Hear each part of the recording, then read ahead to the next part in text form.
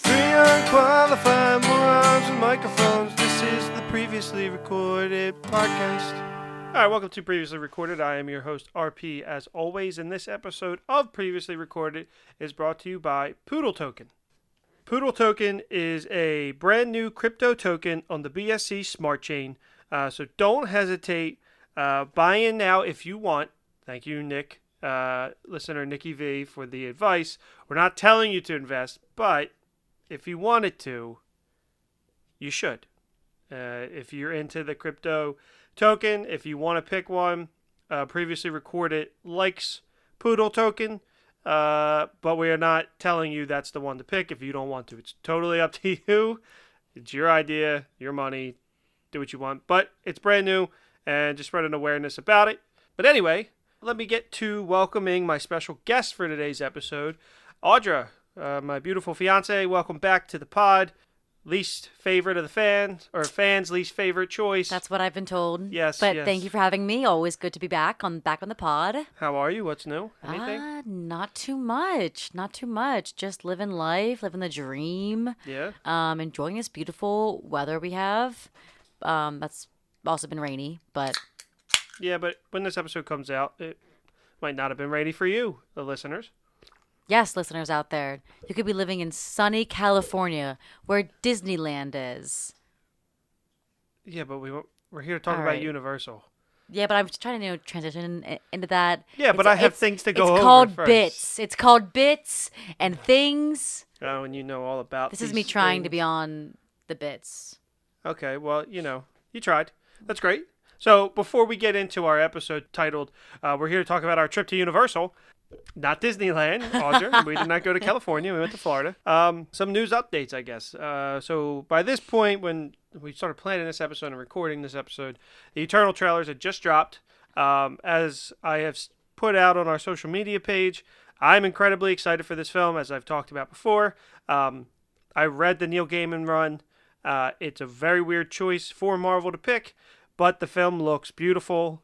Fuck everybody on Twitter that thinks that they are film experts and want to praise Dune for their look and trash Marvel for the look of the Eternals. You can go to hell. It's a thing on Twitter. That's a thing? Interesting. Yeah, they were all saying Dune looks great and Eternals doesn't, and they literally look The exact very same. not the exact same, but very similar. I wasn't blown away by this trailer. I was just excited by it. I was blown away by Kamal's arms. I want to Yeah, put that on he's- record. Sexy man. He can use them to blow me away.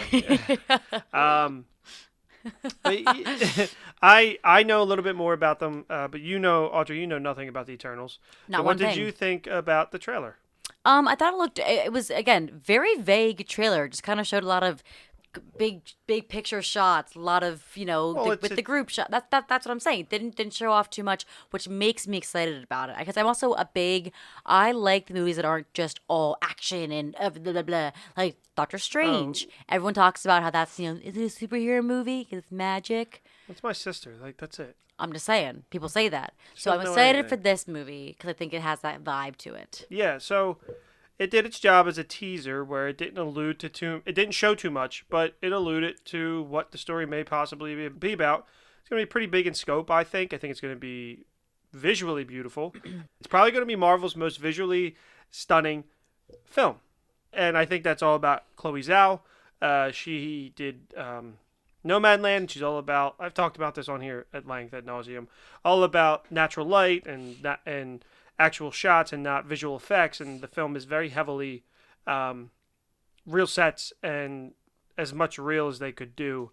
And probably more real than most of the modern Marvel movies that they have. Ooh, So I'm excited for that then. I'm excited for the film. Again, the trailer didn't get me pumped, but it also didn't bring me down. Like, I know Marvel. I know that they don't show a lot in these trailers a lot.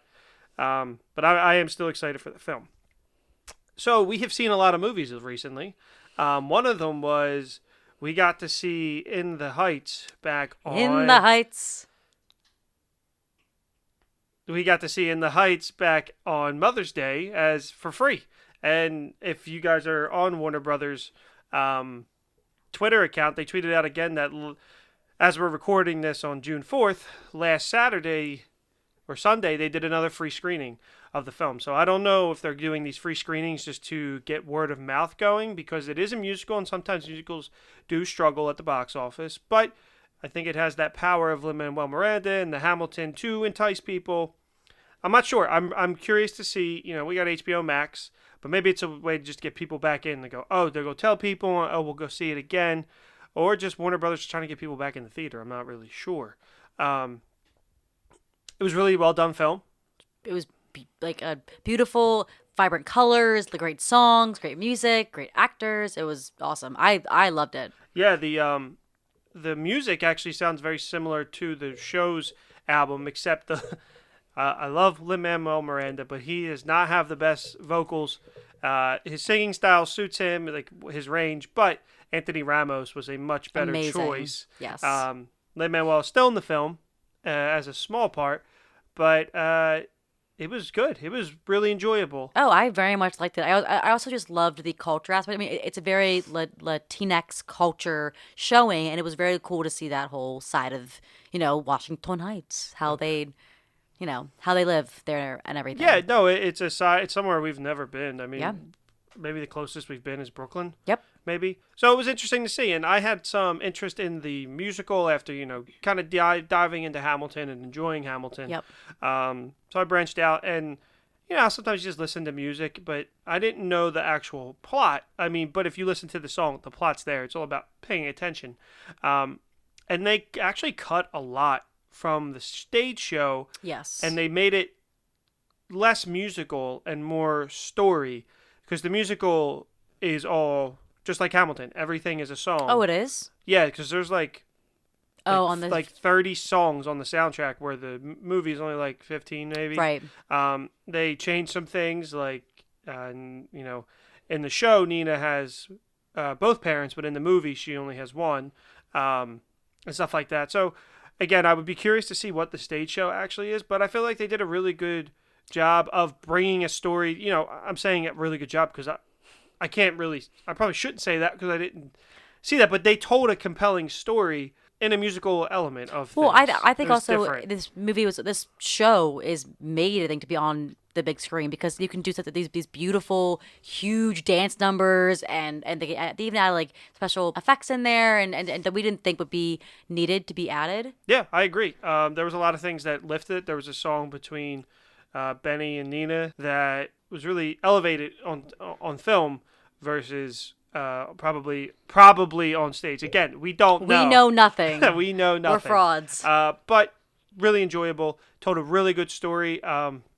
Sitting right now at 99% fresh on Rotten Tomatoes after 80 reviews, and a potential Best Picture nominee at this point. I can see it.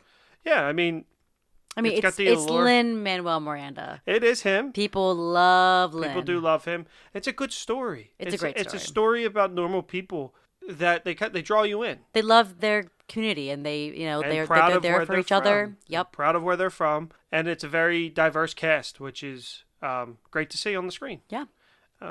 Any closing thoughts before we go? We don't want to spoil it. Yeah, don't want to spoil it, but I'm excited for the full album to be out, which is June 10th. It'll come out the day this episode comes out. Is the day the movie's out in theaters. Perfect. On HBO Max. Go watch it. We liked it a lot. Big fans. It is long. It was 2 hours and 40 minutes, which is long, but hey, it was free. It was free. For most people out there who don't pay the subscription fee for HBO Max and use somebody else's, it's free for you too. But if you want to, I recommend go to the theater. Go see this movie in the theaters. It's big, it's beautiful, and it sounds great in a theater. Wouldn't you agree? Totally. See? We're back, baby, in theaters. This is why we're together. You agree with me. We love to go. So that's one of 3 movies we've recently seen. Do you want to introduce our next film that we saw? We've seen 2 other ones. So which one is it? The one we saw next. Cruella. Yeah, we went and saw Cruella. Yes. Expectations for the film, Audra? Very low. My bar was set low to the ground, because I was going, I was like, I watched the trailer, and I was like, I love Emma Stone. I love Emma Thompson. I'm like, Emma Stone doing a British accent this whole movie, being kind of also like the villain. I did not know what to expect at all. It was personally really, really good. I think it exceeded at least my expectations. Again, doing spoiler-free reviews here. Yes, no, I know. In terms of the Disney's live actions, where would you put this and your reaction? Because I believe we share a similar reaction, and then I'll give my take as well. But what did you in terms of Disney's live action? How did Cruella present itself? I think actually it probably for me was one of the best that I've seen. I'm not a big Jungle Book fan, so that one was kind of Which really is not a the huge... Jungle Book is the best live action Disney movie. They were able to expand on the movie, visually beautiful, and they told a compelling story with one actor and all. I'm shaking my head because I could really care less. So I would put Cruella over Lion King and Jungle Book the Lion personally. King. The Lion King stunk because it was shot for shot. That's what the we're same saying, movie. yeah. So I would say Cruella, to me, was one of the best. Yeah. Don't get defensive. You're acting like I shouldn't be saying that. You should be saying that the Jungle Book is good because it is good. But I felt the same way. I went in, my expectations, I heard on Twitter that people, I was like, you're going to love this. Somebody said Emma Stone's best actress, which I don't think so. No. She did a great job. Her accent was really good. It's hard to do that. And so I was talking to somebody else about this. I love when American actors do British accents because British actors do American accents flawlessly. So much better. So much better. They take all the roles of Americans, rightfully so for a lot of it. So it was cool to see that 2 of the 3 main actors were American. Yes, yeah. That being said, that had nothing to do with what I thought of the movie. But it was really good. A lot of comparisons to The Devil Wears Prada, which I had not seen. I just know... It's really cool to see the comparisons because it's very... Well, it was written by the same person who wrote the screenplay for Devil Wears Prada. I did not know that. Yeah. Wow. I learned that from Lights, Camera, Barstool. I believe. I may be something, but somebody from Devil Wears Prada in the story department was involved in Cruella's story development, which makes sense. I mean, I'd never seen 101 Dalmatians, any version of it, which you were shocked by because you've seen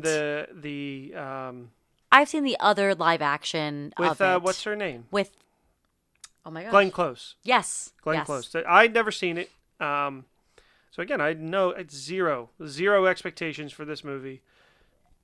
Expected it to maybe be good, online with a lot of Disney's live actions, but the last one before this that I saw was Aladdin. I didn't care for Aladdin. I forgot about Aladdin. Yeah, looking back, I mean, this compared to Aladdin, this one still beats it out. This one's much better. I think it's Jungle Book and then this, which again isn't saying much. And I was obsessed with Beauty and the Beast. I love the live action Beauty and the Beast. I think my only gripe with this movie was the dogs. The Dalmatians were really not. So the budget for this movie was low. Oh. It was $100 million. Did they go over budget? Shut the fuck up. It was low. It was $100 million, which a lot of people would think, wow. But for a Disney live action in comparison, all of them have been like $200 million and more. So, wow. Not a lot of stakes here. And you can tell the dogs are CGI for the most part, but who cares? Like they're not the main. They're not pivot. They are right. pivotal to points of the story, and obviously Cruella de Vil. But it's whatever. You're not. I'm not like that doesn't take away from the movie for me. Sure. But it was so on top of not seeing 101 Dalmatians, it was a backstory that didn't really exist from my experience, from my understanding. Never saw it. And they made it up, and it worked. It was good. It was really good. It was really good. So today I was like, I was listening to another podcast. They were talking about it, and I was like, I actually want to watch that again. I would watch it. When is it going to be on Disney? I'm not paying $30 for it, but for free. August 27th. For free. It'll be for free. Disney so Plus. We will rewatch then, and in the meantime, I have plenty of things, Cruella, to keep me occupied. All the 101 Dalmatian movies on Disney Plus already, and of course, Villainous, which you can hear us talk about Villainous on the Gateway Gamers podcast featuring frequent guest of the show, Marvel. So be sure to check that out there. And then, anything else to add before we move on to our final film? The costumes. The costumes. We're not the cost. That is what Cruella is fashion. She literally is the epitome of fashion. That's like kind of the Not whole the point. epitome of fashion, but that's like her whole thing. character. Her yes. bit is fashion. Yes. And so we are not fashionistas in any way. You have some fashion. I'm a wannabe. Okay, whatever. I don't know jack shit about fashion. And Audra actually has a friend who's a costume designer, and I was like, they actually made clothes, and I was like, I get that. I was like, I get that is fashion. That makes sense to me because a lot of things in fashion don't. But really good, enjoyable. Yes. Rewatchable, too. Yes, for sure. And then the final movie we went and saw was Quiet Place 2. Quiet Place Part 2. It was good. It was good. Not too much to talk about because we don't want to spoil it. No spoilers. And Cillian Murphy, great addition since John Great Krasinski addition. Is not in this one. And he was a great addition. I'm a big fan. Love Peaky Blinders. You don't really know him for too much, but you enjoy him. But I was shocked. I thought he really stepped up and played a really awesome role in the movie. It was really cool to see him. Yeah, it was a good role, and that's all I'm really going to say about it because I don't want to spoil anything or allude to anything. But you can only see this movie in theaters, and weirdly, I do recommend it. It's weird because it's a quiet film, but it's a really fun, just like a lot of horror movies and thrillers, it's fun to experience this in a theater full of people. And this was the first movie that we went and saw that I felt that the theater was actually very packed. Yes, yeah. As far as packed can go in a time of COVID. And the main reason for that is because you can't view this anywhere from any streaming site. Right. I mean, you could watch it illegally. And that was purposeful because John Krasinski, I mean, I was watching interviews with him and everything. He was basically saying, like, they waited a year to release this movie because he wanted it to be one of the first ones out of quarantine and everything. And he wanted it to be seen in theaters because it's not, I'm no movie critic. I'm just seeing this in interviews. But, like, the silence itself is like a character of the movie. Like, that literally makes a whole different character and feeling. So, like, when it's quiet in that theater, like, but then those loud monsters come out, it's a whole different feeling than watching it at home. Definitely agree. I said I wouldn't have mind watching it at home. We have a pretty good setup here. If you have a good setup and a big enough TV, I think yes. Mm-hmm. But it was cool to see it big screen. Yeah, I would say that I like the first one better. Audra, you like the second one. I do. I feel like that's very you to like the next one over the original. And I think it's very you to like the original over the second one. You stick to your OG guns. I guess. And I am a new... Butterfly? Sure. What are you, caterpillar? When you're a caterpillar when the first one comes out and a butterfly when the second one? I blossom. Okay, exactly. Whatever. You could have said like you erupt from your cocoon or something. Erupt, that's the word? Whatever. Birth. But anyway... We are here to discuss our trip to Universal Studios Orlando.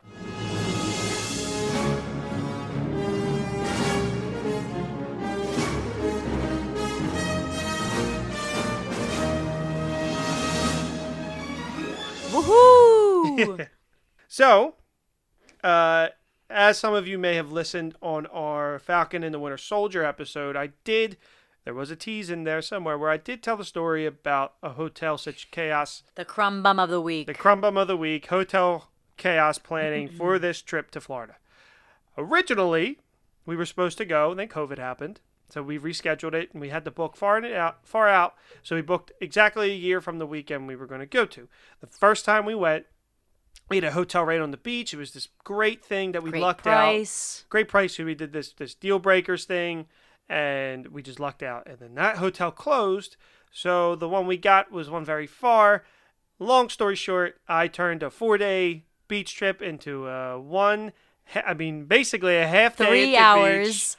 3 hours at the beach and 3 days at Universal Studios Orlando. And I am happy I did because it was awesome. We had a great time. It was awesome. It was definitely worth it. So next time... we would plan this differently, and I said, so we had rented a car. I drove from Clearwater to Orlando. The longest drive. It wasn't that, but it was an hour and a half. And then we switched our flights because our airline switched our flights on us, so we had to switch. It's everything chaos, that people. went wrong, that could have gone wrong, went wrong. Yeah, and I'm not going to bore you with the details because honestly, you don't want to hear it.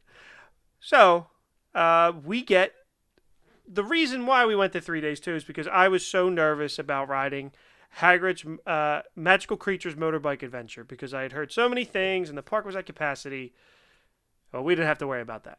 But before we get into our trip, what were your thoughts on the trip and would you do it again? Thoughts on the trip?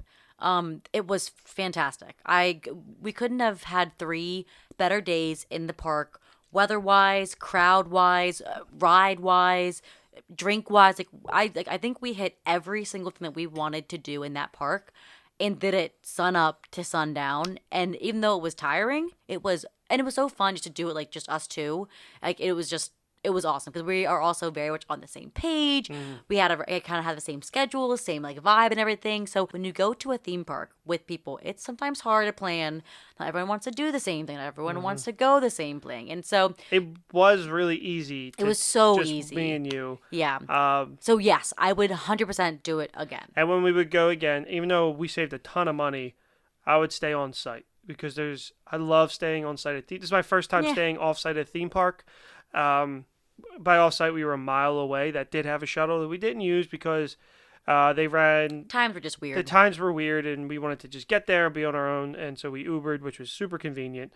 So there were a few rides we didn't do, which we'll get into. Very, very few. But this was your first time there since, like, 2012 is what you said? 2010? 2010. I went there before Diagon Alley opened up. Diagon Alley opened in 2014. And if you want to hear more about specifically the background of Harry Potter and Universal, please check out our episode on Universal's Wizarding World of Harry Potter, where myself and the Sam and Emily from Harry Potter and the Half Drunk podcast, we did a full episode on it, and there's the history of it and the details and all that fun stuff. And the one thing we didn't talk about was Hagrid's Motorbike Adventure, which we will talk about in this episode. So if you want to go check that out, pause this episode, go listen to it. Come on back. And then come on back. So yeah, you hadn't been there. And the main reason, since 2010, and the main reason you went in 2010 was for Harry Potter, correct? Yes. Yep. Because your whole family loves Harry Potter, right? Huge fans. We read all the books, watch all the movies. We're big HP fans. Yeah. Yes. I was surprised to hear how big of a fan when you start dating. How big of a fan your mom was. Does your dad like it, or is he like very much whatever? My dad he likes the movies. He doesn't know anything really about them. He just likes to watch them because we watch them. But he also was the kind of dad where we'd have the movie showing on the van TV, and then he'd be driving. He'd go, "Oh, what did Harry just do? What did Hagrid just do?" I'm like, Dad, we have to watch the movies. So Louis. He would ask tons of questions. But no, big fans all around. Yeah, so am I. Obviously, as I've said multiple times on this podcast, read all the books, seen all the movies, and been to Wizarding World a handful of times. So that was the main reason we went back, was to go to the Wizarding World because it's amazing. And I really wanted to go back. We'd been to Disney and we'd seen Batu, and there was nothing new except for Mickey's Runaway Railway at Disney to do. So I was fine with not going there, but I really wanted to do Hagrid's Magical Creature Motorbike Adventure, which I heard was amazing. And we did it. We did it. Not once, not twice. No, not 3 times. 7 times. And I was worried about doing it once. So we got there the first day. We get in line. And at this point, Jurassic World's Velocicoaster is allegedly running test rehearsals, or technical rehearsals as they call them, where basically the ride's ready. They just want to run it, see the capacity. And they know, so it had been running for about a week before we got there. Yeah. And I thought, all right, maybe we'll just do it for the week, or maybe we'll get lucky. Mm-hmm. So our first time there, our first day, we get there, we're at the park at opening, we're in this line to get in. And I'm like, all right. So we go right to Harry, which is also on the way to Jurassic Park.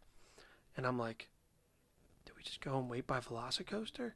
And you're like, no. Well, no, idiot. I didn't say anything. I was like, you know what? He's the theme park guy. Maybe he knows what he's doing. But in my head, I was like, we came here literally. This whole trip was planned around this Hagrid's freaking ride. And if we're not riding this ride, first thing, I'm gonna blow my brains out. So he was like, well, maybe we're just doing Hagrid's. And I was like, thank God. Yeah, so like we started to like, I was like, well, maybe we'll go and just do the castle ride which I'm glad we didn't because we waited Oh my no God. longer than like 10 or 15 minutes. Not even. And then we started doing single rider, so we rode it immediately.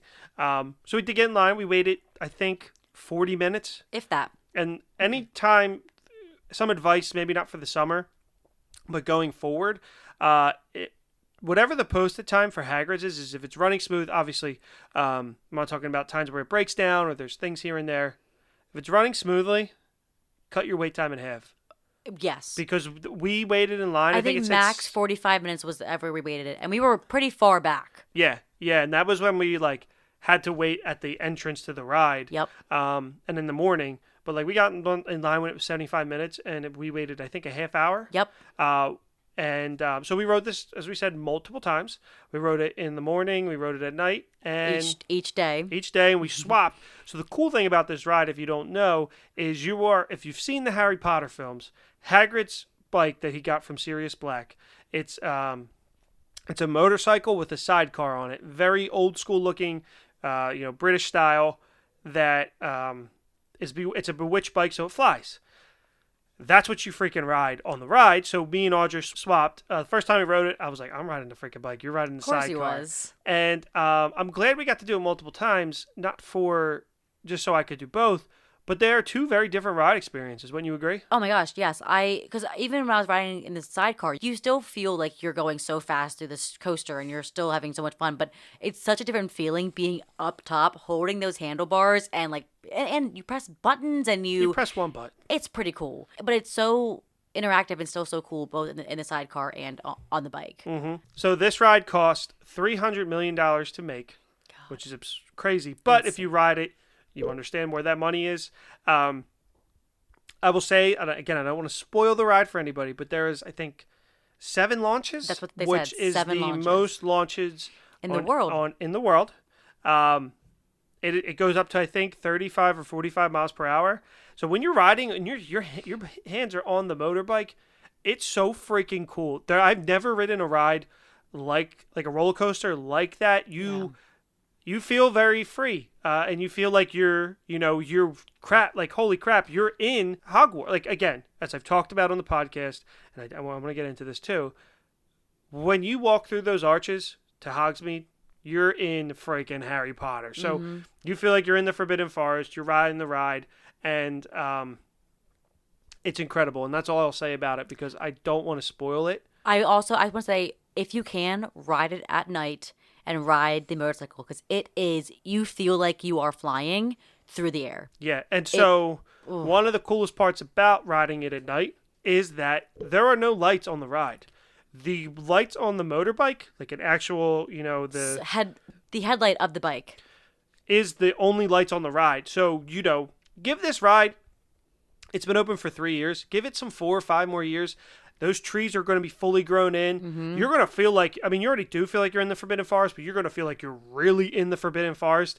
And the lights on the bike are the only thing that light it up. And it adds this element of suspense. Of magic. Of magic. Because you literally. do forget you're on a track. You're immersed. There's a great animatronic.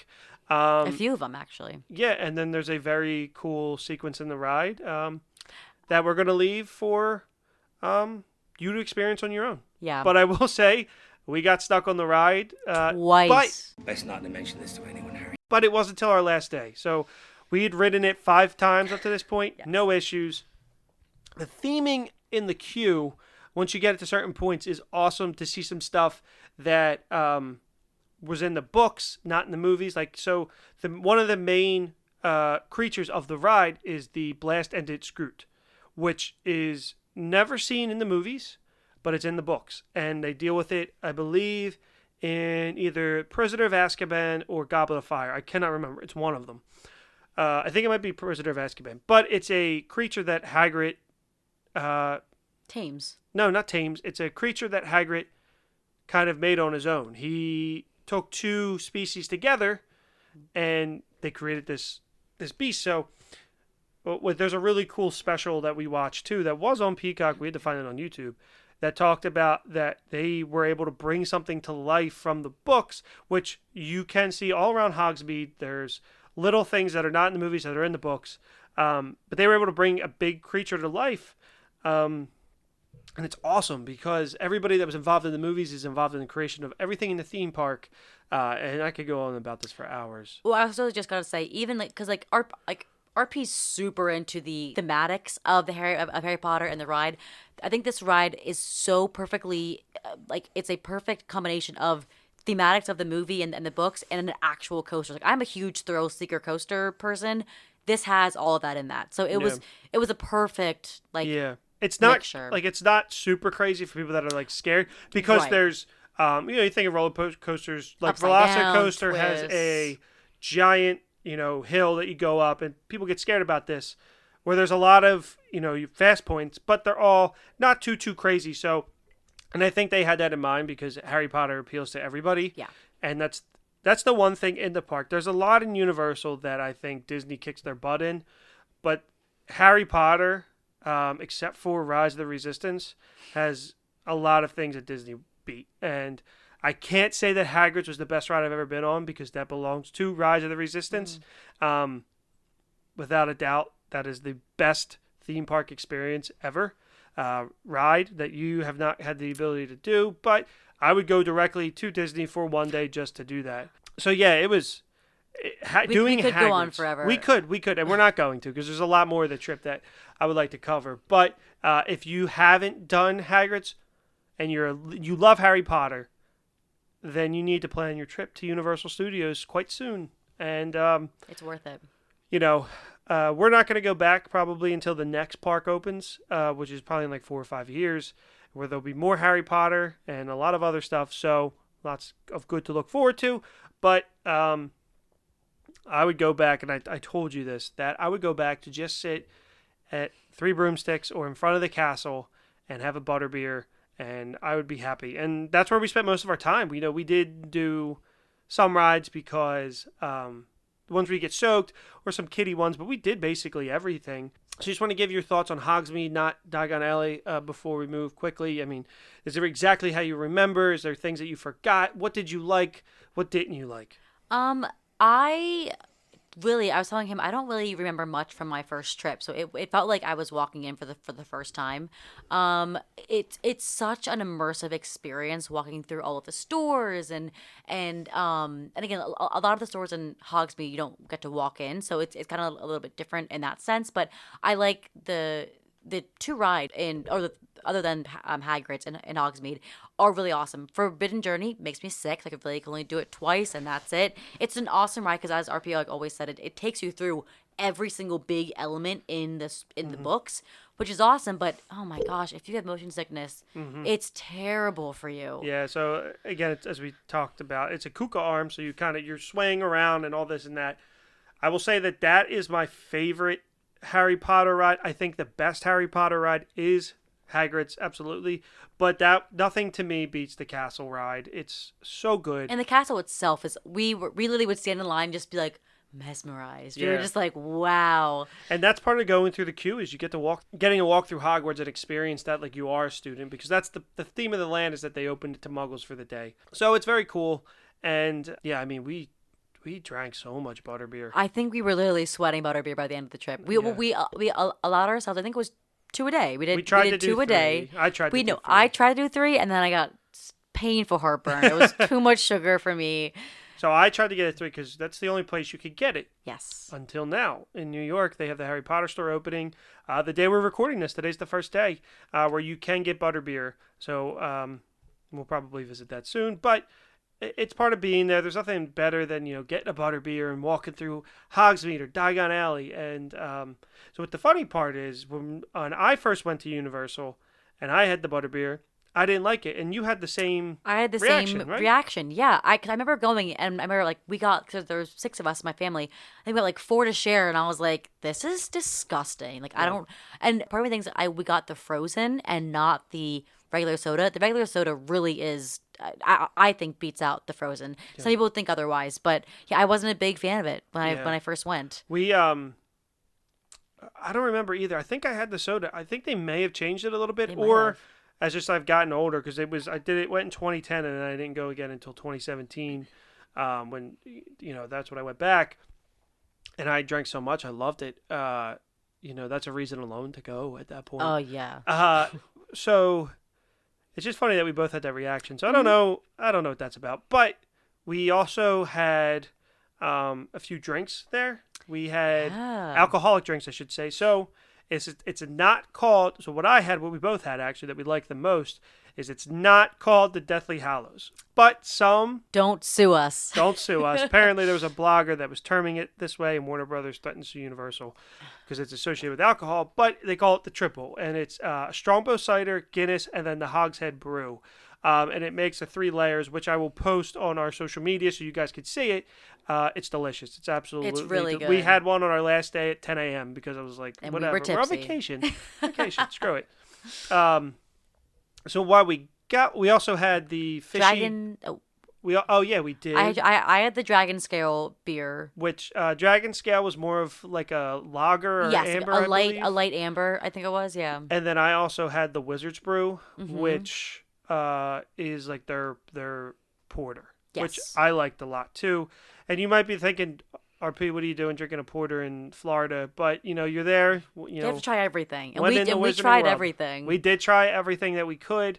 You even tried that nasty drink. Yeah, so there's this drink called Fishy Green Ale, which is mentioned in the books. I don't think it's ever mentioned in the movies. But I wanted to try it because I was like, I can't keep coming here and just trying the same things over and over again. So they have so many different options. A lot of it's the same. Like they have like an orange juice that is, I was told, I didn't try it, but I was told that it tastes kind of like a vitamin water. Like it's like that. Yuck. Like it's not like an orange juice orange. It's more of like a Toned down, like a watered down. not so much a watered down, but more of like a vitamin C orangey taste. Sure. And then there was a lemon squash drink that's from the book, and it's just a lemonade. And you had pumpkin juice. And then I had the pumpkin juice, which former guest of the show, or friend of the show, as we like to call it, Shanks, made some homemade one, which was pretty good. But it's not as good as the one in the actual Wizarding World. So that was really good. I had that with our breakfast at the Three Broomsticks. Yes. So yeah, I think that about wraps it up. We didn't try frozen butterbeer because neither of us wanted to waste a You're like, butterbeer. why? Because it's not cheap by any means. It's $8.50. $8.50. $8.50. Which it gives you a big cup. Don't be wrong, but like A big cup. It's a big-ish. It's a 16-ounce drink. Yeah, it's not big. So we were like, we're not wasting this money on something we're not gonna like. Exactly. And then they also have hot butterbeer that is now available all year round, but we didn't try that. I had that before. It's sweet as butterbeer, but it does. I don't think it has the foam either, but it's good. So when we got the triple, we decided to take the train. So part of the Wizarding World is the train from Hogsmeade to King's Cross Station in London, which then you go to Diagon Alley. So we waited in this line 3 or 4 different times, and we bailed each time because we're just going to walk over. Yeah. I remember the one time I was pretty tipsy. I still had about half a beer left. The one time, not the last day, but I think the first or second day, we made the walk, and I was pretty tipsy. And by the time we got over there, I was fine. So we walked into Diagon Alley, and you're like, RP, where is it? Like, we walk into Universal Studios, Florida theme park, and you're like, RP, where is it? And I'm like, that's it, because it It's looks hidden so well. It looks like a normal London street. Yep. So walk me through your feelings as we walk through the proper way to go through. There are 2 sides to go in. But we walk through the brick wall like Hagrid takes Harry in the first movie. Well, first of all, it's cool. They literally have the sounds of the bricks clicking, moving to as you walk through. So you're first of all just like totally shook by this, and then as you walk in, it is just, it is such a different feel than I think Hogsmeade because it's so big. Welcome, Harry, to Diagon Alley. It's so tall. I feel like the buildings are so much taller and there's so much more happening. I was taken back, for sure. Yeah, so I know you were taken back. I could tell on your face. It was awesome to see because that was my reaction when I first went through. So there's this big centerpiece, right? When you walk into Diagon Alley, Gringotts Bank. Gringotts, the Wizard Bank. Take no safer place, not one. Except perhaps Hogwarts. with a giant dragon up on top. What did you think about that? Oh my god, it looked so real. It looked like again, I think it's based off of the dragon in the seventh movie. It is in the eighth movie. Yeah, it's Deathly Hallows. The dragon from Deathly Hallows. Yeah. It's awesome and It's it shoots cool. the fire. Every 10 minutes that I found out. Yeah. So yeah, that was awesome. So what did you think about the Gringotts, Harry Potter and the Escape from Gringotts ride? So I think it was my favorite queue ride that I have been in. Really? Yes. You preferred that over the castle? Yes. The Gringotts Bank over the castle? Yes. Really? So what sucked for those who have done it is that there are show scenes in the queue where we didn't get that, and I think it's because of COVID. Due to COVID, they couldn't. But they were doing it for some rides, and they weren't doing it. They did it for the dumb Fast and Furious ride. But anyway. No. So I mean, I think I liked it best out of the castle, mainly because when you walk in the castle, you can't see shit. It is so dark in the castle. You're blind. Like you're in Hogwarts. Yes. So, but anyways, Gringotts Bank though is just it's like you're walking into Gringotts, and those little goblins are terrifying, and they're long moving. fingernails, and they're moving, and they're just so creepy and real. And I think it helped too that I made us watch at least we watched the first movie, and then we watched the last movie before we. I mean, you have these movies memorized too, but I made us watch them before we went. And the massive chandelier in the bank is just incredible. So it was really cool. And then obviously, I mean, past that part, it's kind of a little like just so there's a lot of opportunities that they had where you're supposed to take your photos and things that I've due to never. COVID. No. I've never had that in any of my times there. So we went through that ride, and that ride was cool. So this was your first time ever riding it. What were your thoughts on that ride? Did you like the ride better than the other ones? Did you think it was good? Like, walk me through. What do you think? Because you don't view these rides as I view them. Right. Just as straight as a theme park ride, as a Harry Potter property. What did you think? I think I wasn't as amazed by it as I was the other rides. I think mainly because my one gripe that I have with Universal is they just love these 3D glasses, and everything is 3D glasses. And I think I was much more into it due to it being Harry Potter. It was much cooler. I mean, you meet Voldemort, Bellatrix. Spoilers. Just kidding. It's an old ride. Nagini. Yes, the snake. And so that's Nagini. Yes. Harry Potter fans that don't know this, Nagini is the snake. And so, but I think my thrill seeker wanted a little bit more, and it was just a lot of. So it's a roller coaster like screen ride, dark ride. Yes. Where most of these you move slower. Even with the Harry Potter ride and the initial takeoff though is so good. Yeah, it's the cool. initial drop or hill. Yeah, so. So it was all right, I would say. I don't love that ride. When I first rode it for the first and even the second time I went and did it, I liked it a lot. And then just seeing what they did with Hagrid's and wishing that they did less screens with the Harry. I mean, you want to see some screen because, like, they use a screen in Forbidden Journey and it's awesome. Mm-hmm. But knowing what they can do without screens and with Harry Potter, it is a little. It's probably besides Flight of the Hippogriff. I don't count that. But it'll go, Forbidden Journey, Hagrid's, and that. Yeah, I agree with you. It's still a fun ride, and you feel fun. Good leaving. In terms of the plot of the ride, you're very confused without the show scenes. Yes. So I had to explain to you. Because Bill Weasley was there, and I'm like, why is he here? And then So real quick, you were there to open up an account on the day that Harry, Ron, and Hermione break into the vault. And Bill does work for them, so he's there too, and he's going to take you on like a tour, basically, is the synopsis of it. But that being said, they made it fit, which I learned in some YouTube videos, is that J.K. wanted it to be consistent with the movie, so nothing that, like they didn't want to throw us, into the tournament. Like it's nothing that could interfere with the stories of the books and of the movies where it wouldn't make sense if you went back and watched it. Like all had to flow. Right. And this was an idea that they proposed. There's some really cool Yesterworld videos on it that I recommend checking out. That being said, any closing thoughts on the ride? It I think we also watched behind the scenes on the Gringotts. It's interesting to see which characters come back. I know Rupert Grint was the only one that came back to actually film scenes for this ride out of the main 3.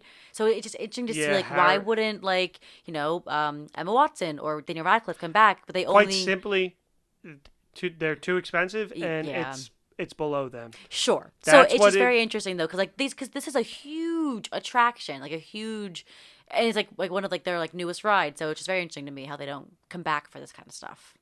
Well, but they want money. Daniel Radcliffe said that the escape from Gringotts was the final straw. He didn't want to play the boy who lived forever. Yeah. And didn't want this to be his last Harry Potter thing. So I get. But Hermione's voice. So they use existing footage from the Deathly Hallows Part 2 for the ride, and Dan Radcliffe's fill-in voice sounded okay. Hermione's is very noticeable that it is not her voice, especially on the train ride. Oh, that's what it was on the train ride. Yes, it's very noticeably not her. Yeah. Which at that point, couldn't you just share the lines with giving them to somebody else? That being said. I forgot how much happened on the train because I was like, it's just a train going back and forth. And he said it was the same sequence both ways. Liar! It was totally different. Liar! We skipped past this a little bit. Part of why the 3D ride sucked when we were there is because of the mask. I'm not saying anything about masks, but because of the mask, it would fog up the glasses. So then you couldn't see. So the whole time you're either taking the glasses off or rubbing the glasses. Windshield wiping. Yeah, windshield wiping them, or that took away, unless you found the right spot and it didn't affect it. So anything else about Diagon Alley? Diagon Alley is very much one attraction. Yes. And then it's all little attractions in terms of stores or shows that they have. I wish there was one more ride. Yes. But, I mean, the train counts as a ride. But I think what's also cool about Diagon Alley is they had a little, singing show off to the side where they had Celestia Warbeck, who is in the books, and her voice, I believe, is heard in Half-Blood Prince. All right. But I think Diagon Alley, it was cool going into more of the shops. We went into the joke shop and the candy Weasley's shop. Joke shop. And the ice cream shop had a really, really good ice cream. Fortunesco's, I believe. Yeah. So and you had that spicy ice cream. Yeah, so I had chocolate chili ice cream, which is mentioned in the books. And they pulled a few flavors from the books, and that was one of them. The rest is other flavors that are kind of normal, or strawberry cheesecake and they had butterbeer. What did you had? They did have butterbeer. Caramel, I think I had. You had salted caramel. And I also, what was the other one? A vanilla cream that I had too. Mm-hmm. They were good. They were really good. Good ice cream. Yeah. It was good ice cream. It's cool. We were there just kind of we wanted to eat as much food as we could that was just Harry Potter themed. Yeah. And then, the rest of the food that we needed to sustain life. Those basic chicken sandwiches and burgers. Yeah. So, which side did you like better? Did you like the Diagon Alley or Hogsmeade better, and why? That's tough. That is really tough. But I think I like Hogsmeade more. And that's just probably due to the rides that's there. It feels so much fuller in Hogsmeade. Also, love Three Broomsticks. I mean, we had breakfast there on our last day, and it was delicious. Yeah. I think I'd like Hogsmeade more just for the rides. I also just love the snow-topped stores and the castle. You just can't beat. It's a better environment. Yes. Is that what you're saying? Yes. Diagon Alley is cool. When you walk, you're I am in, because in the movies and in the Hogsmeade is very far from the castle where there's kind of no separation. But when you're in Diagon Alley, Gringotts is the center, and you feel it blows me away every time, and all the stores and Ollivanders and everything. I can't wait to go back. So which one do you like more, Hogsmeade or Diagon Alley? I do like Hogsmeade better as well, because the castle, you can't beat it. Yeah. You just can't. So, that being said, I do want to move on past Harry Potter. There's more to Universal than just Harry Potter. There is more to Universal, but more. Yes, there is more. Do we care about the more? No. So one we talked about earlier is we got to do Velocicoaster. Yeah. Where not once. Twice. And it's It's not even open. It opens the day this episode comes out. So we're talking in the Heights before we saw early, and we're to the ride Guys, early. hang with us. Yeah. We're the cool kids here. We're the in crowd. So when we left on the first day, we left Hogsmeade, which is always tough for me to do because I keep staring at the cat. I'm like, come on. All right. So I'm like, we go to, because Jurassic Park is right next to it.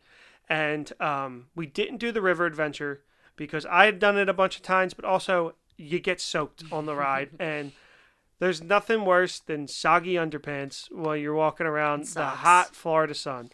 So the ride was closed. They cut the line to Velocicoaster, and we had butterbeers in our hands, and I was like, they were saying it might open up soon or later. It might not. We were like, check back later. So I was like, let's just hang here. And not 30 seconds later, they opened it up, and we got in, and we waited maybe 45 minutes. We didn't wait over an hour, really. I think for the only one ride, and it wasn't. And it was the dumbest ride. It wasn't the dumbest ride. But it was not worth an hour wait, and that was Kong Skull Island, which we'll get to. Reign of Kong. But we got into the Velocicoaster. We got into the Velocicoaster. The line was quick. It moved constantly. What were your thoughts on the ride? As a thrill seeker, what did you think? Oh my gosh, it hit every box. It checked every single box in what a coaster should be. Because I think what I liked about it also was it was smooth. Like when you ride Hulk, we literally had headaches after leaving Hulk. We felt sick after leaving Hulk. The last day I felt like absolute shit after Hulk. But this ride, even though it's whipping you around and you're doing huge hills and you're doing literally one of those corkscrews and everything, it was so cool. I think they really tried to hone in on the element of dinosaurs chasing you. You couldn't even really see that. You're just going, because it goes from 0 to 65 miles per hour, I'm pretty sure. Like that. So it's insane. You move fast. There's a lot of cool things in the queue. If you're a fan of Jurassic World, Jurassic Park. I'm glad we did it twice because the ride moves so quick, and I was trying to hold my mask up too. So I missed some things, like the Velociraptors that were there. They're stationed there. But the theming of the ride, the detail of the rocks, the cage, you feel like you're in Jurassic World. There's a cool pre-show that happens just while you're waiting in line that naturally people just stare at because they forget to move. But it was cool, man. It was cool. Having just the lap bar, not the overhead, and cool, just corkscrewing. I was fully out of my seat. And they hang you upside down for a few seconds. It's not just like not for seconds, but no, it's a longer it's not a super quick corkscrew, but it's not also super long. And then there's a giant top hat that you go over. Yep. And you can see everything. And it's cool because they have the line is right next to the coaster. Like as you're waiting in line, it goes right past you. So it was all in all, I didn't mind waiting in line for that because it was cool from the and it was a long, I felt like it was a long roller coaster. Like it was worth the wait. Yes, absolutely, and it was just cool.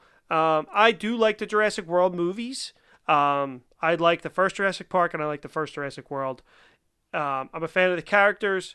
Would I have liked to seen the orb that they ride in as a roller coaster? Absolutely, but this was a really nice replacement. The ride looks beautiful. It's incredibly smooth.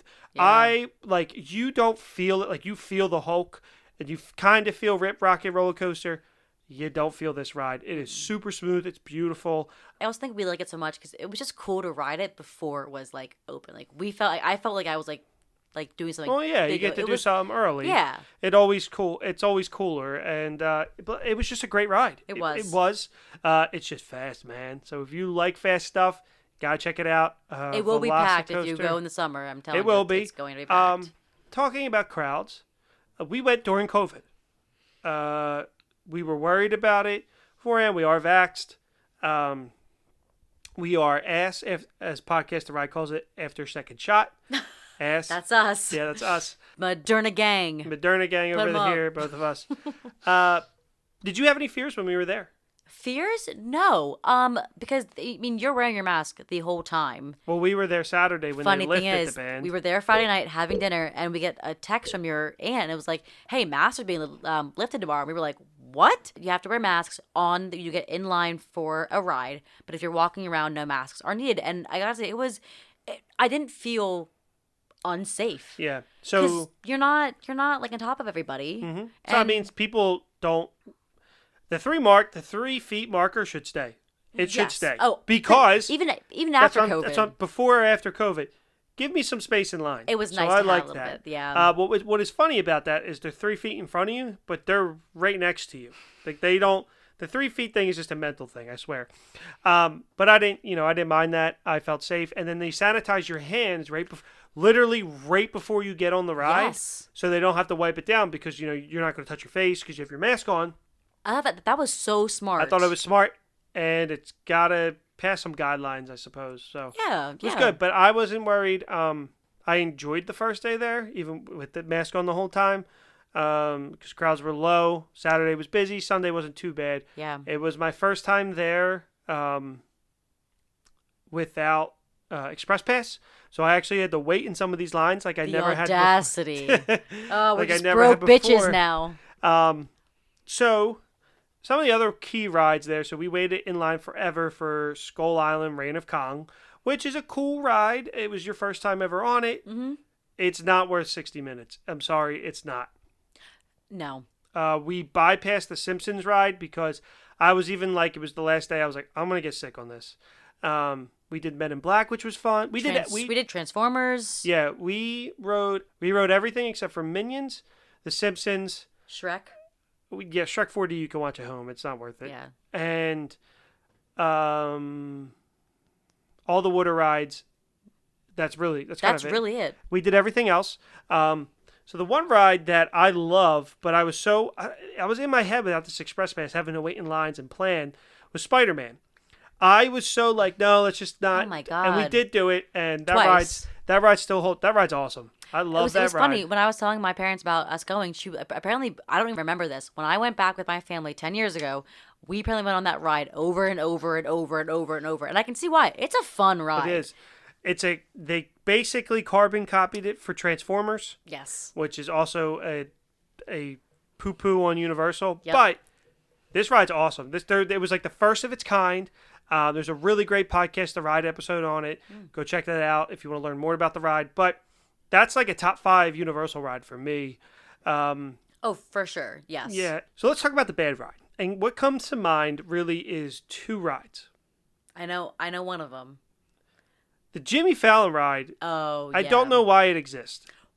Is this man that famous to have a ride after him? It's more of the Tonight Show brand. But I don't get it. It's not that great. Because it's Universal. It's a Universal property. Universal doesn't have a lot of IP. Well, it made me sick again. I got sick on it again. But that one's not too bad. And then the worst ride in that theme park, absolutely hands down, Fast and Furious, is the Fast and Furious Supercharged. So I had done it up to this point. This was your first time doing it, and I told you he did. It stunk, and I was like, nah. It has to be good. There's so much families forever. We can't let our family down. We have to do it. I was like, Bailey and Bishop. They love Fast and Furious. Our 2 friends, and the podcast community knows them. It's our 2 friends. If we do ever do a Fast and Furious episode, they will absolutely be on. But I was like, it can't be that bad. It's the Fast and Furious franchise. There's so much to do with this ride. Was I let down so hard? Yeah, it stinks. There's nothing to the ride. Even the visuals on the ride stink. It looks like we're back in the 90s. It is terrible. Yeah, so that was part of the tram tour out in Hollywood. They tried to bring it here full ride, and they got lazy with it, and it's not good. No. It's the same ride vehicle as Kong. I think I enjoyed walking through the line more than the actual ride. The scene, and we only waited like garage, 15 minutes, not I even. think. Yeah. Because I was like, I'm not doing it. If it's more than 25 minutes, I'm not waiting in line. I can see why. Which that was a benefit to being to that park, as I was able to tell us what's worth it, what's not, and there was a cool touring plans app too that helped as well. But we were saying even we didn't need the Express Pass. No, I would have been pissed. Also, it was dumb expensive. It was $250 because it varies on the crowd level. Mm-hmm. So they were expecting a high crowd level for Saturday, so it was $250 a person, and I was like, we did not need that. No way in hell was I paying that, and I'm glad we didn't. We had a great time. We took little breaks here and there, but that's not really our style. No. And you would have hated the Simpsons ride. I wish I did it, but that had a pretty long wait most times. I've never watched Simpsons ever. Audra was never allowed to see the Simpsons growing up, which I don't understand. I understand it, but even to this day, how do you not see like one episode of the Simpsons? I guess I failed you because I can control that. That's true. I love the Simpsons up to a certain point. It's a good ride. But I was like, I don't think I want to do it. I could care less. Um, I'd rather I really liked Doctor Doom's Fall. Doctor Doom's Fearfall, great quick ride. Quick ride, but it was just a fun little quick ride. It bums me out, man, that they have the theme park rights in Florida for Marvel Comics. It does suck. Because they're stuck in the 90s there, and Disney can't do anything with it, and they're opening Avengers Campus. That's a whole other. It's a whole other thing. That's a whole other podcast. But yeah, it was really cool. There were still some things closed down. Seuss Land doesn't need to exist for anything. We had one small opportunity. We're like, let's just ride it. We have time. We're gonna ride the Seuss Land ride. The Cat in the Hat ride. What happens? We get in line. We get up to the front. Shut down. Yeah, well, I mean, we didn't wait. The longest wait was just walking to the front of that. But I hate that. I wish they just knock it all out. There could be so much more in that. Harry Potter. Make it all Harry Potter. Yeah. Poseidon's Fury was closed. The biggest downside to COVID, and we kind of brushed this off, every quick service meal is you have to wait in line, you have to be seated, and then you have to place it on the app. And we bought the meal plan, and when we bought the first meal, I didn't know that, so I paid for it. When here there's different ways to do it if you have the meal plan, but everywhere for food had a long line. 45-minute wait. That typically wouldn't have a long line because you just walk in, get in line, seat yourself. That is the biggest downfall. That is the biggest downfall of it. I get it. Like we were getting so hangry. Yeah, I'm not gonna lie, I was impressed with you on our last day. I just wanted theme park pizza, specifically not slices, the mini personal pizzas, and we had to wait in line. The only place that really had it near us was Jurassic Park, and you were getting mad at me because you wanted to do Hagrid's one more time, and I was mad because I was hangry, but there was a part of me. My soul just felt so good because I was like, this is my future wife who loves theme parks, which I got you to admit on the record. It's on record. That you love theme parks because Audra has bitched about, I don't want every vacation to be a theme park, which I want it to be a theme park. I know there's so much to see, and you can see the world at Epcot, as I always say. For the record, I do like theme parks. My family. No. You love theme parks. I love theme parks. Hershey Park, Dorney, Six Flags, Knoebels. That's my scene. Yeah, I know. When it comes to spending $1,000, that's where it cuts off. Yeah, but it's worth it. It is. Just think of it as Hogwarts tuition for the weekend. And when I'm with you, it's worth it. No, Jesus, Gag. That's getting cut. So, what was your favorite food and drink of our trip? Butterbeer, hands down. Oh yeah, hands down. Hands down, butterbeer. And what about food? Probably the 3 broomsticks. I mean, it really was a delicious breakfast. I had the eggs and you had the pancakes. Yep. Yeah, and it was very, very good. Yeah, I'd say butterbeer, absolutely, without question. It's a silly question. And then food, we did eat at the Fantastic Four Cafe that I liked. Oh. I had a chicken parm sandwich. I thought that was pretty good. Where did we eat in Diagon Alley? We waited in line for an hour for and then left. Oh, the Leaky Cauldron. What did we have there? We waited in line and we bounced, God. But then we went back and we had a butterbeer potted cream, which was delicious, and we had fish and chips, which the fish and chips there is fresh fish. It was very good. Like they have it flown in fresh. I don't know if that's still true, but it was at one point where it was fresh. It was good. It was very good. It was very fishy. Yes, it was. But it was good. What was your favorite? Food, I might change it to the potted cream. That was good. Yeah. That was really good. I was surprised. And then nothing beats a pumpkin pasty from No, Harry but it Potter. was terrible, remember? It wasn't terrible. They just gypped me on the pumpkin filling. It was basically bread. Tough times with COVID. It was basically bread. But it's a pie. It's basically a mini pumpkin pie folded in half. Yeah. Basically is what it is. Like a pumpkin empanada. Yeah, and then we brought home some fudge for our neighbors and for my family. And I stole a little piece of the chocolate salted. It was very good. I wish I had a little bit of the more treats, but I'd rather use the money to buy a butterbeer while I'm there or something. But when we went to the Fantastic Four Cafe, I thought that was pretty good. It was good. I had pizza there. You did have pizza. I had a chicken parm sandwich. But then we also ate on City Walk at Toothsome's Chocolate Emporium, which this place has massive milkshakes that have like full pieces of cheesecake or cake or cookie on top. It's like those huge ones. Yeah, I'll post some pictures from our trip as well. We didn't get that because we were both full and we were like sugared out by the end of the night. But I had a really tasty chocolate beer from a Florida beer company that I'm blanking on, and you had I think you just got Blue Moon, right? But we had that bruschetta. Oh yes, what was in that bruschetta? Did it have chocolate in it? I think it was like a chocolate balsamic drizzle. I think you're making that up. I think I am. And then we had chocolate bread with a salted caramel butter. Ooh, that was delicious. That was really good. And then as a meal, I had the burger, the Hawaiian burger.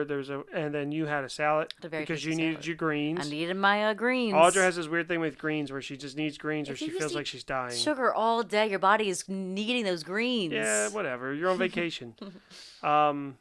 And then Sunday we were kind of, we got a nice little complimentary baggie from the hotel every morning. Every morning with that had muffin and apple juice and a granola bar. It had like a hospital apple juice. Hey, it hit the spot though. Every morning. Oh, Voodoo Donuts. Oh, we didn't talk about Voodoo Donuts. That was my first time going there. Here's the problem. We went to Universal for 3 days, which is plenty of time for the theme park. The weird part about it is my appetite when I'm at home, I can eat everything. And then for whatever reason, I guess when it's my own wallet paying for it, my stomach is very, very tiny in these theme parks. So I didn't get to eat as much as I wanted to. But there are so many staples. And I wanted to go to a bar after the park, but we were both tired after every night. And we were just ready. They were long days. As big of a theme park person as I am, I have never done rope drop to close at a theme park. And we did that both days that we could. Because I remember even the last day, I was like, we can go later. And then it was like 7:30. And I was like, you ready to leave? Because it was our last day. So you got to keep yourself fueled up while you're at these theme parks. Because we were getting hangry and drained and tired. And we got mad at each other. And we got only because we were hangry. And that was one of our rules for no fighting. But, and then so obviously those long lines didn't help. But one of the key marks of City Walk, besides Margaritaville and besides Chocolate Emporium, is Voodoo Donuts. They are a chain. They have a lot of cool donuts. Oh, really? Yeah, they're in very select places, but they have awesome donuts. The donuts with Captain Crunch, Cocoa Puffs, Fruity Pebbles, everything Not that you just like. cereal, but everything. Yeah. I mean, I'm naming all cereal because I think that's the coolest part of it. And then you can get a little casket full of donuts and stuff. Yeah. That they have, and I was like, we have to go there. And when we went, Audra got the Captain Crunch donut with the cream, which I believe is made with cereal milk. Yes, I'm pretty sure it was. So the icing was like a vanilla milk icing, and it had Captain Crunch berries on top, and it was so good. Yeah, and I kind of got this plain. It was basically a plain chocolate and vanilla, right? It was a chocolate-covered chocolate donut with chocolate chips inside of it. That's not very plain to me. It was very chocolatey, but it was good. It had like a one of those demi symbols, with the Satan. Like a Satan. Yeah. It was good. I liked it. It was perfect for what I needed in the morning. Yeah. More sugar. But because I was like, I didn't want because I had a donut from there before with cereal on it, and the cereal was stale. Mine was fresh. But I had yours, and it was fresh. So I think I just might have had a bad donut. And then the day we left, they rolled out a churro donut, which I wish I tried. I didn't even see that. Because we didn't go. We only went the one day because, we had breakfast the last day. In the park. We went rode Hagrid's and then got in line. But yeah, that was a key mark. There's so many different donuts there. Yeah. The food. I'll post a picture of the menu for sure. That's a reason. Like I said, the food is as I've gotten older, I love the rides, but food is a main draw of theme parks. It's a big part of the park. There's so many food blogs out there that just post pictures and videos all the time that I highly encourage you. Especially with Disney. Disney has a lot of food. Universal, I will say, is slacking in some of the food department. But yeah, I think that's for food. And then obviously your favorite ride. Is it Hagrid's? Hands down. Yeah. Yes. Okay, so like I said, might be hard. It's the whole Avengers Guardians thing for me, where I think the Avengers at one point I thought the Avengers was Marvel's best movie. But my favorite was still Guardians of the Galaxy, just as Forbidden Journey is my favorite Harry Potter ride, but the best one is Hagrid's. Absolutely. It is not the best theme park attraction in the world. That belongs to Rise of the Resistance. When you do Rise of the Resistance, you will change your mind. Which, I don't know if I will. Yeah, because we won't not go a to big Star Disney. Wars fan, We won't go to Disney. It doesn't matter. Doesn't matter. We'll see. But you won't take me to Disney either. Is there anything in the parks that you would improve or anything that we rode that you might do differently?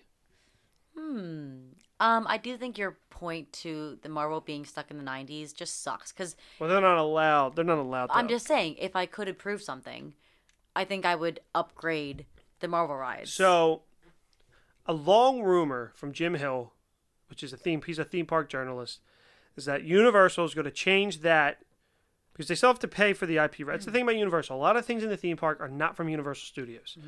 I know they are trying to change. They're making a Wicket movie, and there's talk they're going to change the whole Marvel Land into Wicket themed because the roller coaster is green. It's a rumor. I don't think it'll ever come true, but it's a rumor. If they do, hire me and Allison to sing Gravity because we know this song by heart. So you keep dropping these people's names. I'm so sorry. That the podcast audience doesn't. You've never mentioned these people before. I'm not invited back on the podcast ever. And this is your last time here. So I think something that I would also, I think what we did differently, ride the Mummy ride again. Oh my God, we didn't even talk about the Mummy. I just thought about it. Oh, I thought about that too. Is underrated. So good. I've been thinking about that for the last week, and I was so pissed because part of the annoyance of some of this is Universal is you got to put everything in a locker, and I didn't feel like doing that. And the ride times were long, but we should have done single rider because we did single rider for everything else, and we just wanted to ride the ride. Yep. And I'm so mad at us. I wish we would have done that over Jimmy Fallon. Yeah. I just wish we would have done it. Men in Black, Transformers, I would have done Mummy again because that Mummy ride is so good. The Mummy ride's great. Yeah, it is. And I'm pissed at myself too. I'm glad you brought that up because I am mad at us for not doing that more, and that's my fault because I led the pack. I would rather have ridden a lot of rides than I guess more rides multiple times because I would get to saw again everything. But and we did some shows. Mummy ride that was so. Oh, that's right. We did the animal show. So there was an animal actors show that I've seen multiple times. It has not changed. That is the one thing I do remember. It has not changed. It is the exact same show. But it's still so enjoyable to see these animals. It's so good. Yeah, I knew. So you were like, I don't know. And I was like, I didn't really want to do it. But I was like, Audra, you're going to love this. I know you are. And I was right. Because and it was nice to sit down and relax a little bit. But but I knew you were over the moon after that. You were so happy. I was on a different level. I was so happy. Mm-hmm. And then after that, we did E.T., which I love the E.T. ride. Yes, it's a very nice, easy ride, and it's just fun. It's just like a fun, wholesome ride. It's a good ride. It's a classic theme park ride that Steven Spielberg will never let them take out until he dies. And then we never went to the back where there's a Woody Woodpecker and a Barney show used to be there. They shut that down. Oh. We didn't go to that. And then we also did the Born Spectacular, which is brand new. That opened this year, yes. 2020, which I thought that was very, very cool. It was a giant screen. There's moving set pieces and actual set pieces, but there's this moving screen. There's a screen that was so clear that I was like, at first, the only reason I knew they weren't real people was because they weren't wearing masks, because all the actors had to wear masks. Very impressed by that. I've never seen any Bourne movies, but it was a cool action sequence show. It was awesome. These stunts were really cool. How they integrated the movies with the real life people was incredible. Yeah. It really was well done. It was really well done. What was there before was T2 Terminator, which that was pretty awesome. I vaguely remember it, but I think if I'd never seen the Terminator. I know people are like, "What?" but never did. So I think that might have resonated more. But I know that show was praised in the theme park community. This show was pretty cool, and it was a really good. They did a lot of cool things and made use of the technology that we have now. Lots of fire and gunshots. Yeah. So I typically don't recommend shows when I'm at a theme park, but I do. That's worth it. Yeah. For sure, especially if you do like one theme park per day. Universal Studios doesn't have that much to do. Islands of Adventure, the other park, does. But I'd spend some time there for sure. Yeah, I mean, on seeing some of the shows that they offer. Yeah. Yeah, and then the only thing that was disappointing was that there was a nighttime show, but we didn't see it. And they always have a castle show, But because of COVID and spacing and everything, they haven't had one, and the park's not open late enough to show the projections and everything. So that's the only one thing I was really sad about, because I love to see those shows on the castle. I think they're a lot of fun. Yeah. Is there anything you would do differently? Any ride that you may change? Anything? Like, I would personally just knock out all of Seuss Landing and Poseidon and just all Harry Potter. Well, yes, that I think is a given. Unless you have children, no one's going there. I think even if you have children, no one's going There's there. not that much to do there. Right. So why is that still there? Why? I mean, as you said, Green Eggs and Ham never open. But it was open, and we walked right by it. It was open. And the day I wanted it, it was closed. I don't know. I mean, I think I would change that. But for my time going back as I'm older, I think it would really we hit everything we wanted to do, and it was a perfect trip. It was. We could not have done any better. With beautiful weather, the gods were looking down on us. They were. They really were. Theme park gods were like, you know what, RP? You've been through enough. I was ready to pull my hair out planning this trip. I was so ready to pull out his hair and The reason we didn't initially plan it, because I was like, no, we can't afford that, and I think we ended up spending more money than we would have, to be honest. But who knows? So Universal or Disney? Ooh. I love Harry Potter more than anything in Disney, but I like Disney more. I'm the same way.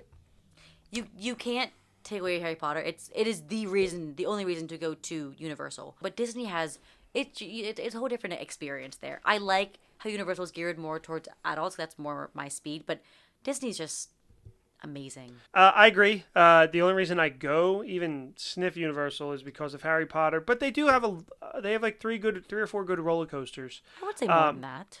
That's all they have. And then I don't spend time at water parks, so I'm not going to go to Volcano Bay. So when they open that fourth theme park, it'll be cool. I do prefer to go to Disney if I'm going to go. But like I said, if Disney, I said this to you when we were there, if Disney had Harry Potter, which they fucked up because they had an opportunity to do it and they messed up, I would never go to Universal. Never. There would be nothing to... Like, I couldn't name one... Don't say nothing. They have good rides. But I wouldn't pay all this money to go to Universal. I agree, because Universal we did both parks, everything one day. We could have done that without the express pass. Exactly. We could have done that whole thing in one day. We did. Stretched it. Every time I've been there, we got there on a Friday, and we did both parks. You can do both parks in one day, especially if you have express pass. But I'm with you. I love Disney. I just do. I'm a Disney. I've grown up. My family hates Universal. My dad likes the Harry Potter aspects of it. My sister doesn't. What does she call it? Harry Potter's closet, because it's so small. Because when we went, that's a whole other story. When we first went, I was obsessed with Harry Potter. That was a gift to me. We went as a family. It was our family vacation. And Universal, I talked about this Harry Potter world, and my sister thought it might have been bigger and more spaced out, but it's crammed just like the movies. It's small. It's supposed to be. It's built like that. And that was J.K. Rowling's thing. It's like it's got to be close together. So they all. So I grew up as a Disney kid, and this is my fourth or fifth trip to Universal, which I'm so lucky that I get to do that, and I'm so lucky that I have a fiance that was ready to go with me, and I know you did it for me, and I turned our beach trip up on your head. But I had a lovely 3 hours in Clearwater with a nice dinner. It was. And a Clearwater beach walk. was beautiful. We want to go back to Clearwater for sure. So what's next? Ooh, what is next? Well, Mexico's next. Yeah. What's theme parks next? Disneyland? Like you said in the very beginning of this episode? I would like to. Yeah. Our friend's moving there, so we're hoping to get a little visit in, get a little theme park in, get it all at once. Anyway, I would love to go to the Disney parks all across the world. I think it'll definitely happen Tokyo. But okay, I think anything to plug before we go? Not too much. All right. Our friend Bailey is selling Fast and Furious so merch what is coming up soon. So you can find her stuff at where? Super Yaki Shop. No, it's Super Yaki, SUPERYAKI. Oh my gosh, YAKI.com. So superyaki.com, and it'll be under I guess they're Fast and Furious stuff, but she's got a lot of cool designs coming out. That's a really good plug. Yeah. You can check her out on her Instagram at Bailey Watro. B Watro, Watro. Watro. She has a lot of cool art, and if you want to And Disney commission themed her, stuff too. and Disney themed stuff, she did a Living with the Land shirt. Carousel of Progress. Carousel of Progress, and you could, if you want her to commission some art too, you can reach out. I'm just going to plug the Gateway Gamers podcast. It's another podcast I do with frequent guests of this show, Marvel, where we discuss board games because I am a noob and he's an expert per se. And it's been a lot of fun. Go check that out. We got a lot of fun things coming. Leave us a review and be active on our social. We want to hear from you. And one last thing before we go, a huge shout out to former guests of the show and future guests of the show.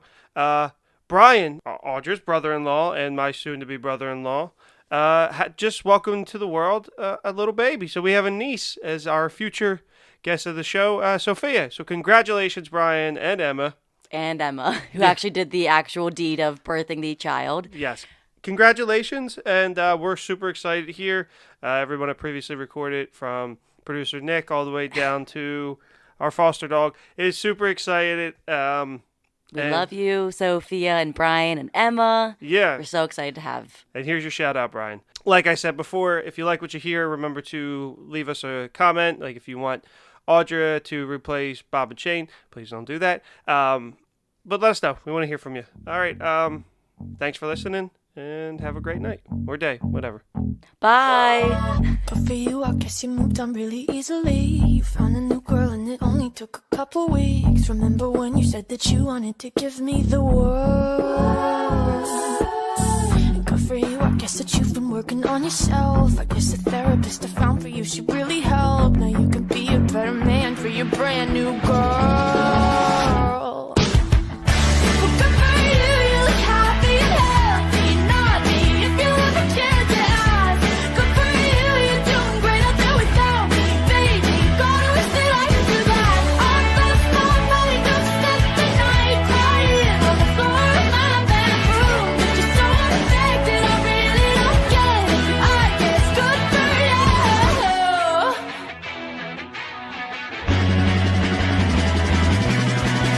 Good for you, I guess you're getting everything you want. You bought a new car and your career's really taking off. It's like we never even happened, baby. What the fuck is up with that? And good for you, it's like you never even met me. Remember when you swore to God I was the only person who ever got you? Well, screw that, screw you. You will never have to hurt the way you know that I do. Well, good for you, you look happy and healthy, not me. If you ever cared to ask, good for you, you're doing great out there without me, baby. Gotta wish that I could do that. Our first love, probably don't spend the night crying on the floor of my bedroom. Just so unaffected, I really don't get it. I guess good for you.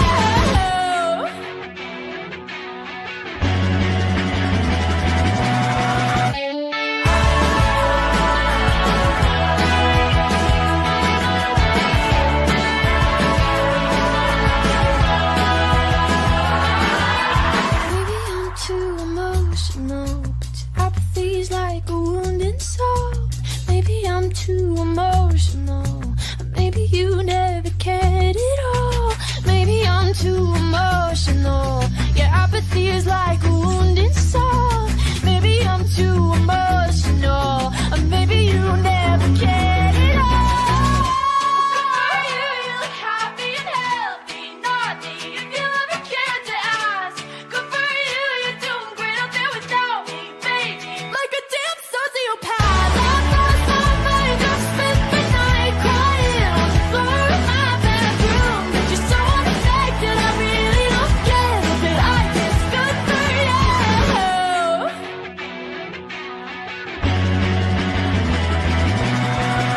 Good for you, I guess you moved on really easily.